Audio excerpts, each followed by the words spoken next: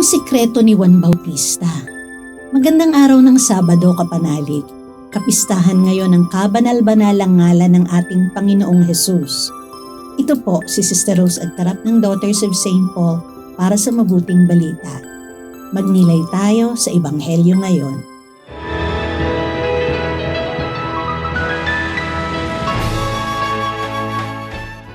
Nakita ni Juan Bautista si Jesus na papalapit sa kanya. Sinabi niya, "Hayan ang kordero ng Diyos, ang nag-aalis ng kasalanan ng mundo. Ito ang tinutukoy ko nang sabihin kong nagpauna na sa akin ang lalaking kasunod kong dumating, sapagkat ako'y siya na.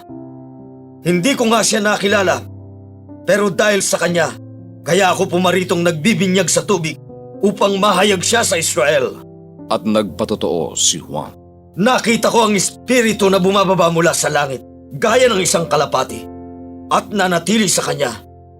Hindi ko nga siya nakilala, ngunit ang nagsugo sa akin na magbinyag sa tubig, ang nagwika sa akin.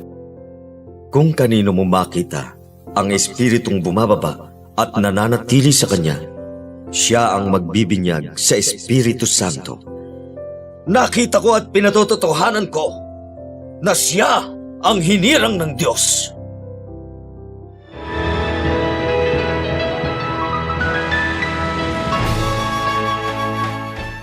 Sa ating paglalakbay mula noong Adbyento hanggang ngayong Kapaskuhan, isa sa mga katangi-tanging tauhang nakasasalamuhan natin ay sa liturhiya ay si San Juan Bautista. Nakakamangha siya dahil bago pa man isilang si Jesus ay nakilala na niya siya at naglululundag sa galak sa sinapupunan ni Santa Elizabeth. Sa lakas ng Espiritu Santo, siya rin ang naghanda ng daan para sa ganap na paglalantad ni Jesus bilang ang ating pinakahihintay na Mesiyas. Para sa kanyang paninindigan, nauna rin siya kay Jesus na magbuwis ng buhay, alang-alang sa katotohanan at katwiran. Ang tanong, ano kaya ang sikreto sa kadakilaan at kabanalan ni San Juan Bautista? Sa tagpo ng mabuting balita ngayon, direkta at walang pasubali ang pahayag ni San Juan Bautista nang makita niyang papalapit sa kanya si Jesus. Ito ang kordero ng Diyos. Ito ang nag-aalis ng mga kasalanan ng sanlibutan. Ang kanyang pangunguna kay Jesus ay bunga lamang ng malaliman at taimtimang pakikipagkilala at pakikipagkaibigan kay Jesus, na siyang tunay na nangunguna na makipagkilala at makipagkaibigan sa atin kahit bago pa tayo naman likhain. Sa makatuwid, ang kadakilaan ni San Juan Bautista ay nakasalig hindi dahil may alam siya tungkol kay Jesus, kundi dahil kilala niyang lubos si Jesus. Hindi dahil magkamag-anak sila, kundi dahil naging bukas siya sa pagpapakilala ni Jesus ng kanyang sarili sa kanya, mga kapanalig. Hindi lamang sa wakas ng panahon natin makakadaupang palad si Jesus.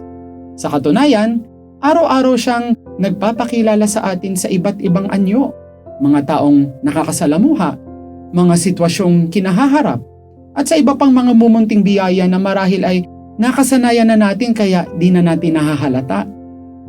Hilingin natin ang biyaya ng patuloy na pagbabagong pananaw upang makadaupang palad natin si Jesus, at katulad ni San Juan Bautista ay maipahayag natin siya bilang ating tagapagligtas ngayon at magpakailanman.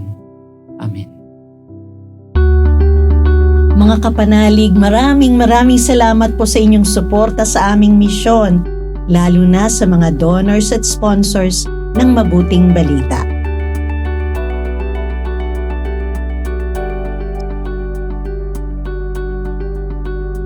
Subscribe, like, share, and follow po lines sa aming social media accounts. At patuloy kaming humihingi ng inyong tulong upang maipagpatuloy ang programang ito.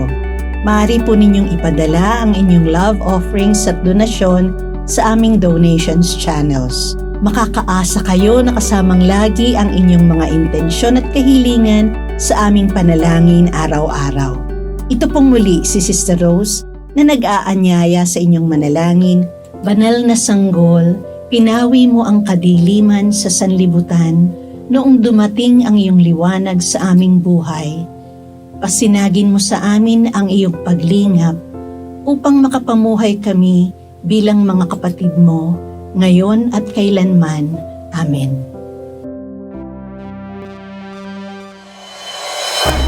We are here to provide a new way of communicating and proclaiming the gospel.